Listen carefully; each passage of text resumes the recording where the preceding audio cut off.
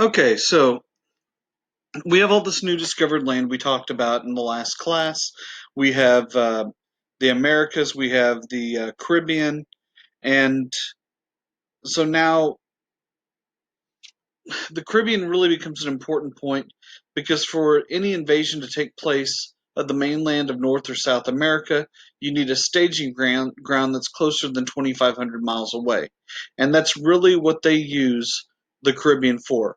They call it the West Indies again because he thought that these were the islands of India. But again, history gets really lazy, and so do people at the time, where they're just, you know what, that's fine. Let's call it by the wrong name. It doesn't really matter because we're in charge and we can name it whatever we want. Now, the people that the people that are going to be doing the conquest themselves, they're referred to as conquistadors or the Spanish word for conquerors. Again, let's put a lot of effort into naming things. Why don't we, instead of calling them soldiers, we call them fight people? Okay, I'm surprised that's not the term for army. Fight people on land, Navy fight people on water, Air Force air fight people, and then the Marines land or water fight people. Okay, yeah, so that you get, you know, to use fight people instead of other terms. So conquerors, way to go, history once again, way to go, all the world back then. We just call them conquerors. Just boring. So cartography, this is the study of maps. And in all honesty, the most valuable information for about for about the 350 years after Columbus discovers the Americas, quote unquote discovers, uh, were maps. Knowing where things were, knowing where to find them and how to find them regularly was extremely important. Okay, so what happened is Gerardus Mercator, uh, he uh, he starts to shape maps instead of a flat Earth.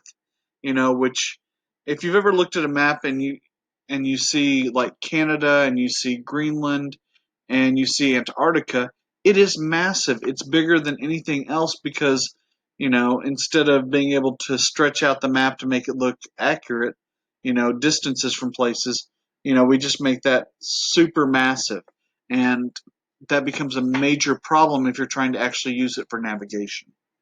So what they did is they started. Well, let me go ahead and show you Mercator's map.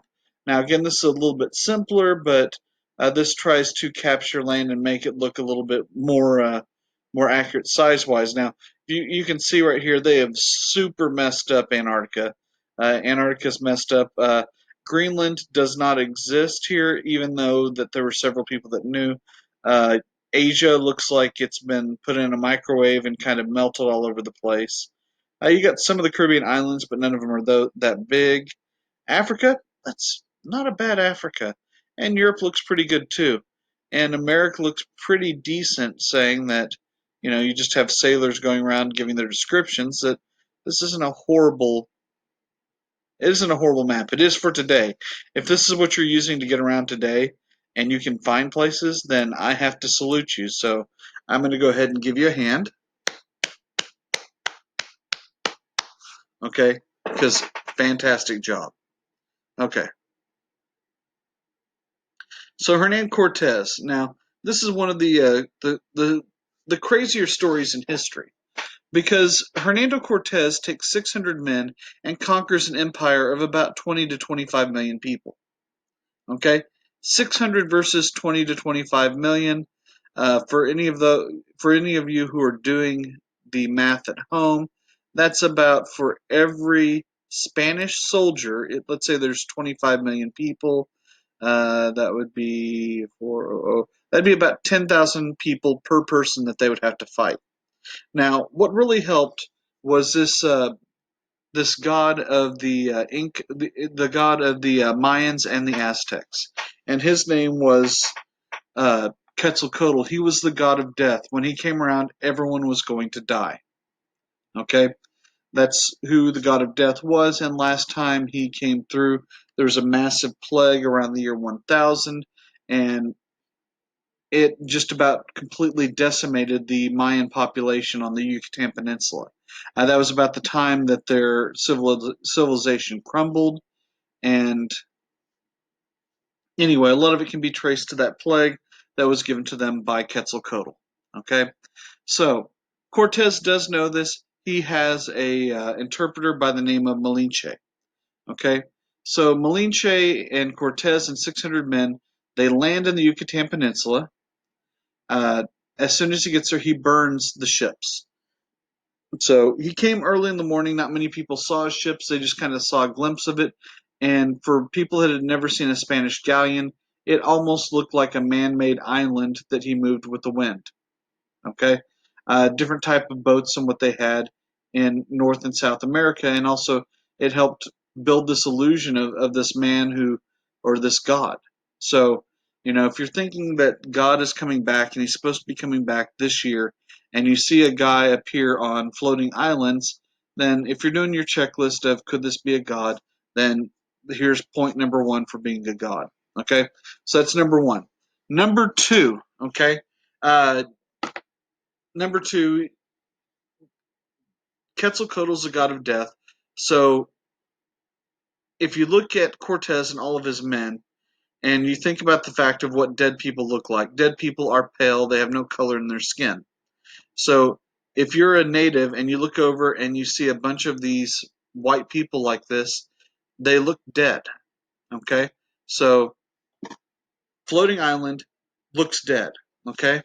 Uh, God probably wouldn't dress like you are, so I mean, he's probably not sporting Nike Air Monarchs or you know wearing clothes like you do. So Cortez shows up and he's wearing a suit of armor, which looks completely different from everyone around him. So he stands out. Okay, so dress is different. Okay, uh, he has facial hair. Native Americans do not have facial hair. Uh, if you're 100% Native American, you don't grow any hair basically below your nose all the way around your body down to the floor. Okay? Zero hair. Okay? He also has a symbol on his shield that looks a lot like Quetzalcoatl. And he has a tree branch that shoots out thunder. We would recognize that as a gun, but no one back there had seen it. So all these different things are checking off on their list that this is probably God. Okay? And he also is riding a horse. They'd never seen a horse before. There's deer, and no one rides a deer unless they're lying about riding a deer. Okay? There are some people that ride deer that lie about it because it doesn't happen. Anyway, so Quetzalcoatl, the god of death, is there. And another thing that proves he's the god of death is once he gets there, smallpox and all the different diseases he has on him spreads and decimates the population. 40% of the population dies in the first year, and over the next 10 to 15 years, 90% of the population is killed. Okay? What happens is first you get sick, you start to have these pox or boils all over you, and the fever gets worse, and then you're dead. Okay? But they cover your entire body. Very few people would survive this. Okay? So Cortez, he approaches Tenochtitlan, the capital city of the Aztec Empire, runs into Cortez, and when he gets to Cortez, Cortez is like, hey, here, take my sister. Okay? And you might be like, wow, he gave up his sister. What a horrible person. Well, let's be honest. I don't care who you're married to, but God is better than the person you're married to. Okay? I don't know of another way to put it, but yeah, God is better. Now, which God? Yeah, I'm just gonna say every God is probably better than whoever you're married to. Okay, not that I would give up my wife for God. Like if God was like, choose me or her. You want to be with me or you want to be with her. I really love my wife, and I hope that God never puts me in that position where I have to choose because it's going to be an awkward moment. You know, I'm not sure my wife would choose me over God either, but I'd be standing over there and God would be like, with his hand around her, he'd be like, yeah, yeah, awkward, and I'm standing over there like, oh man. Well, anyway, sorry, I think I might be off track. So anyway, Cortez is there. He's hooking up with Montezuma's sister, and he tells Montezuma, you know what? you want me to get rid of this plague that's killing everyone. And it's not just smallpox, it's also bubonic plague, influenza, uh, everything is hitting and wiping out the population. And he said, I've got a cure, but the only way I'm going to give it to you is you have to give me enough gold. And so they go to mining and they pull out as much gold as they can, as much silver as they can, filling all the coffers of the Spanish dozens of times. Okay, so eventually people start to see Cortez's men getting, like diarrhea from Montezuma's revenge. That's whenever you drink the water that you're not accustomed to, and the bacteria in it makes you sick. It is not something you only get in Mexico. It's just that's where it becomes infamous. Okay, so everyone's getting sick. It's like, oh, clearly they're not gods, and so they start a rebellion. Well, Montezuma's sister approaches Cortez and he's like, hey, I know you're God and you probably know this, but they're totally gonna kill you. And Cortez is like, yeah, I'm God. I know this. And she's like, oh, okay. He's like, well, just come with us. We're gonna leave the city and we're gonna come back and we're gonna conquer it. And she said, are you sure? And he's like, yeah. Come on, baby. Let's get this done. So they leave the city and about 200 of Cortez's men are killed. So now they're down to 400. Okay. Now the truth is, about 10 million people, 10 million of the Aztecs have died within the first year. Okay, so this is basically year two, and people are still getting smallpox left and right. And again, it's decimating the population. Actually, decimate's not a proper word because decimate means 1/10. It is wiping out, okay, let's see. I guess that would be uh, nanimate. That's 90%, nanimate. It's not a normal word. In fact, I'm not even 100% sure that is a word, but nanimate would be the proper term because you have deci, and then deci would be for 10, and then for 20.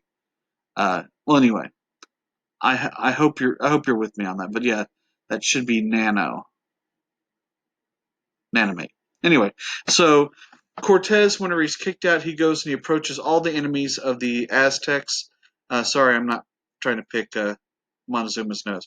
Montezuma, by the way, has been killed at this point for making a deal for being in league with Quetzalcoatl, okay, the god of death. So he gets together everyone. They go back in and they conquer this massive empire.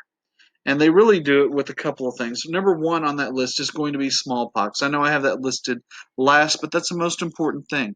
If 90% of your population is dying, okay, after 40% of the population dies the first year and everyone's just getting sick, it's easier to fight them. Number one. Number two, they thought they were gods, okay? And if you think someone's a god and you go up to fight them and you like shoot them with a bazooka and stab them and they like stand up and they're like, what? What's going on here? Okay, that's going to be intimidating in warfare. Number three is going to be advanced weapons, and it's not so much for the killing power of the gun. I mean, you can fire a gun back then about once every 30 to 40 seconds. By that time, everyone's throwing spears or shooting arrows at a faster rate than you can do anything. So it's more of the psychological effect of someone shooting thunder at you, that everyone's terrified that, oh no, here they come again. Number four there is going to be the native allies, which were essential, like the Talaxans. These are this is a major tribe that just hated the Aztecs. They helped them capture the city. They destroy the city and all the foundation of it, and well, that's how Cortez conquered an empire with just a few people. Now, hearing of this amazing feat, a man by the name of Francisco Pizarro wants to get similar fortune and fame. So, in 1532, he takes 180 men and he captures Cusco, who is the emperor. Uh, he was the emperor's son. Pachacuti was the emperor at the time. What made it easy for him to conquer was they had these elaborate roads, which made them really easy to move their armies and cannons and supplies. So, in pretty short order, uh, the Incan Empire fell to Pizarro and his men.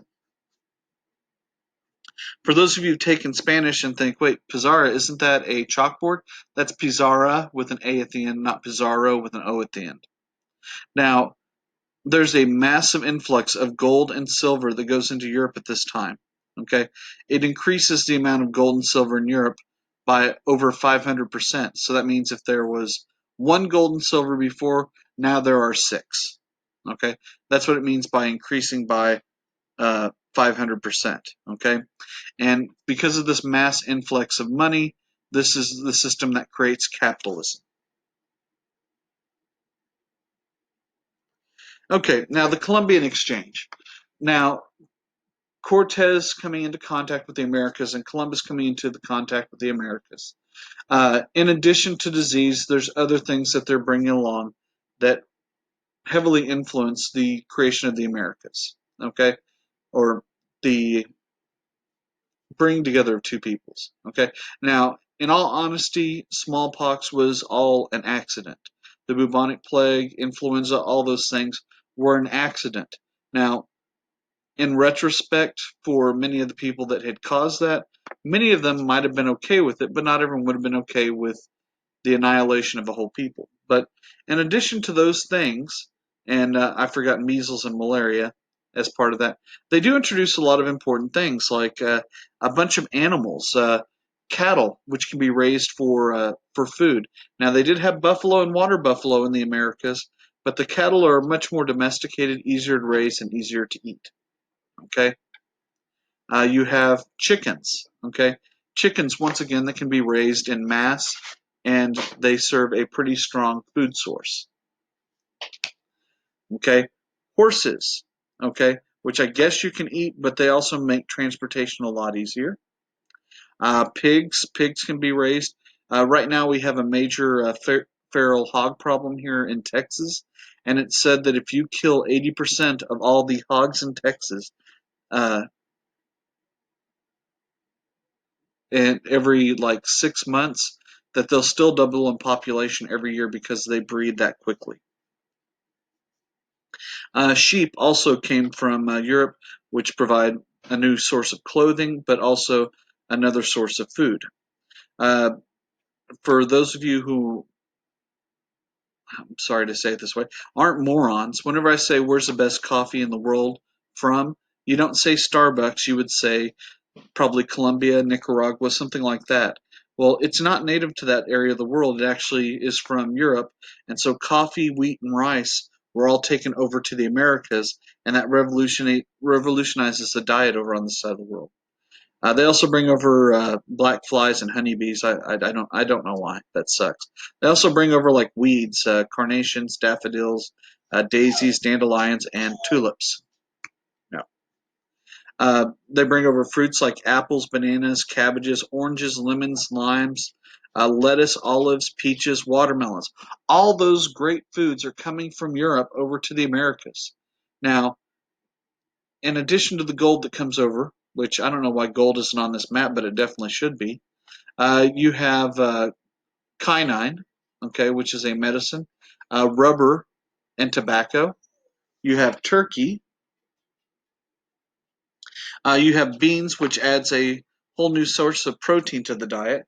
Cocoa, which is chocolate, which in its natural state is horrible. It's super horrible.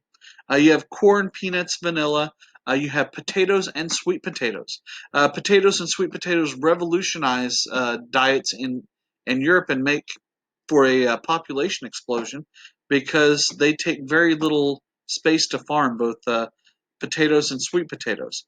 You can farm a piece of property about the size of, I don't know, about 100 by 100 foot piece of property and feed a family of 8 easily for a year and have some to sell. Okay, you have pineapple, you have corn, peanuts, vanilla, uh, and you have some pretty flowers too. Well, anyway, that's the Columbian Exchange. They also thought for a long time, up until about 20 years ago, that syphilis came from the Americas as well. Okay, but the truth is syphilis didn't. It was a European disease also. So almost Americas, you almost gave something back that they deserved. Okay, so when you have a system like this and you have a large population to control, you have to put some type of system in place. Okay, now they have something of a caste system that is in place here in the Americas. Okay, and this has at the very top Peninsulares. Peninsulares are anyone that was born in the Iberian Peninsula, and that would be anyone who is of Spanish descent from Spain. Okay, so they're at the very top of the list. Okay, you have the Creoles. Okay, these are people that are 100% of Spanish descent. So both their parents are Spanish, but they were not born in the colonies. They were born over here. Okay, so they're lower on the totem pole than people that are actually born in Spain. Below that, you have mestizos and mulattoes. Okay, mestizos are part native and part Spanish, and mulattoes are part Spanish and part African. Okay, and below them at the bottom of the totem pole is everyone else that's not in those groups. Okay, now there's probably more. Well, there's not probably. There's more distinction in that group, between slave labor, your normal peasants, and your formal royalty. But for the most part, before the law, no one really cares. Okay, so in each one of these communities, you have it's called an encomienda, and the person in charge of that is called an encomendero. Okay, they have missions to convert everyone to Christianity, or really Catholic Christianity at the time. They have presidios, also known as forts, to protect the villages. Now, as a result of some of the actions here, and there's a lot of bloodshed, there's a lot of violence that takes place. Uh, Bartholomew de las Casas, a monk, is watching what's going on, and he writes what's called a brief account of the devastation of the Indies. And it shows all these horrible abuses being done by the conquistadors: murder, pillaging, theft, rape in some cases. And uh, and also the fact that everyone's dying from these diseases. Uh, and as a result of his writings, they're going to send over monks to oversee and try and protect the native population. Also, to replace the native population and the labor that they provided, they start bringing in African slaves. Okay, and the the largest concentration of African slaves, actually, out of the 12 million that are brought from Africa to the Americas, 1 out of every 3 ends up in the Caribbean. Nearly 1 out of every 3 ends up in Brazil. 1 out of every 6 ends up dead, and 1 out of every 8 uh, will end up in the Spanish colonies. 1 out of 24 will end up in North America, which includes the U.S. and Canada. So a much larger concentration is south of the United States. So I just kind of broke down these numbers, which I regret because, it's what I was going to talk about here, but let's look at the images on the right hand side of the screen. The Middle Passage was a horrible voyage. It lasted anywhere from about 14 months to 36 months, where they would take and cram people on boats. Now, if you look at the pictures to the right, you see what looks like everyone. This is how you draw people on a boat, whenever you're like 6.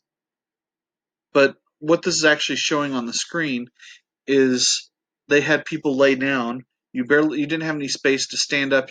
Got very little exercise, so it's harder for you to revolt.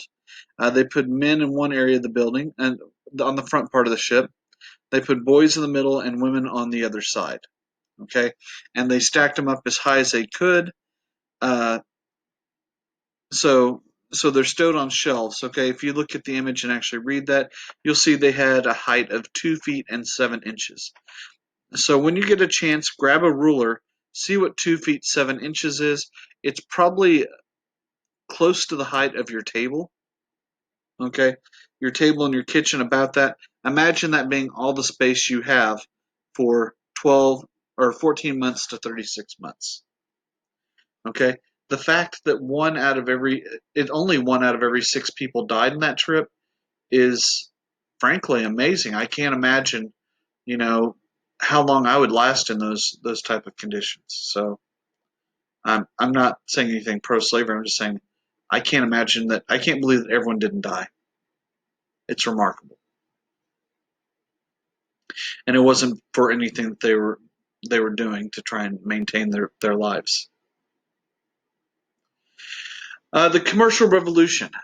Okay, as a result of contact with the Americas and Asia and Europe, there's a global trade that happens at that time. So people are buying and selling goods from all over the world, and everything's being circulated. And most of the world at this point has recovered from the bubonic plague, but smallpox is hitting the population of the world really hard.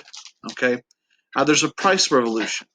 Okay, uh, and this grows from the amount of gold and silver introduced from the New World, and also the population that is blowing up because of the introduction of things like corn, the potato and the sweet potato, which add new well and beans from North America that do a lot for the diet. The Bank of Amsterdam at this time, we're moving into a point where the Netherlands, for a short period of time, will become the dominant power in the ocean. They'll have one of the strongest navies, and they'll control all of the former Portuguese lands. Uh, so about this time, when they are instituting these banks, they get rid of the Christian notion of interest on loans, and they start making a fortune by charging small interest rates on loans. Okay, kind of the birth of the modern bank and the fortunes that these banks make. Now, the Malthusan trap. Okay, uh, there was a man by the name of Malthusan who estimated that there was a limit to the amount of population on Earth, and it was going to be limited by the amount of food that could be produced. And so it always stayed somewhere around a maximum of 100 million people. I mean, if you look at the numbers at the bottom, in 1550 there were 100 million people. In 1650 there were 80 million. In 1700 there were 100 million people again. And the thought was because of limited food sources, because of weather, because of war, and lack of natural resources, that the population was always going to be limited to under 100 million people. So Thanos would have really liked this. So if you're a big Marvel fan, Malthusan, although he wasn't trying to kill everyone, would believe in what Thanos said about controlling population. Now, as far as building these new colonies, you have to have some type of system for financing. Uh, we haven't really touched on this yet, and I can't remember if we were going to touch on this next time. But the Roanoke community that was run by Sir Walter Raleigh, he and another man invested all their money into building Roanoke. And during the war against the Spanish Armada, they weren't able to go back and check on their colonies. And when they finally do get back, they find that everyone is dead. So now they've not only lost everyone in the colonies, but they've also, lost all the people that went. And so they had to come to a new type of system. And joint stock companies is kind of the early form of a corporation where people invest together to spread the risk. Okay. And they formed the East India Company run by Robert Clive, and he is going to use this in India. And the British Raj or leadership will take over and kill and take advantage of the population of India. They also start the Virginia Company, which helps settle uh, the state of Virginia in what is now the United States. Uh, the new system of finance for the world is called mercantilism, and this is where the governments have a much more active role in the economy, and wealth is based on gold, silver, and natural resources, and acquiring more natural resources to acquire more gold and silver. On this planet, there's a scarcity of global resources and wealth. There's only so much to go around and to try and gain control of these resources. Wealth was in specie or hard money, gold and silver.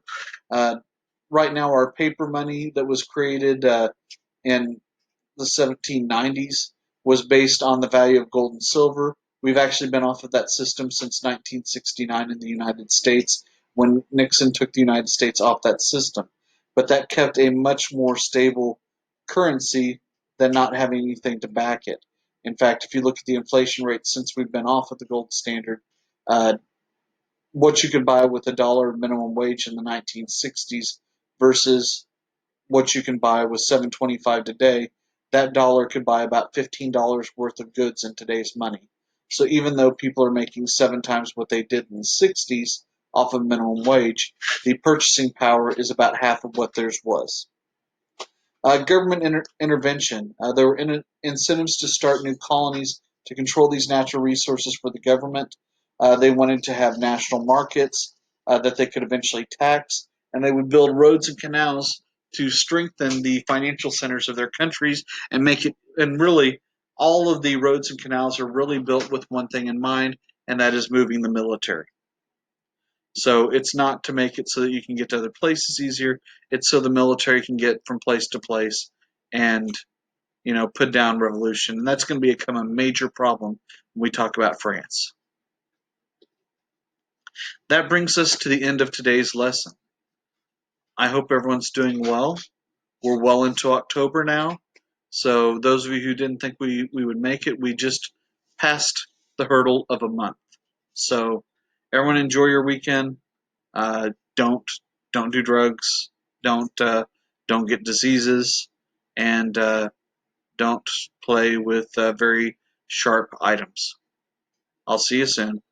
Good night and good luck.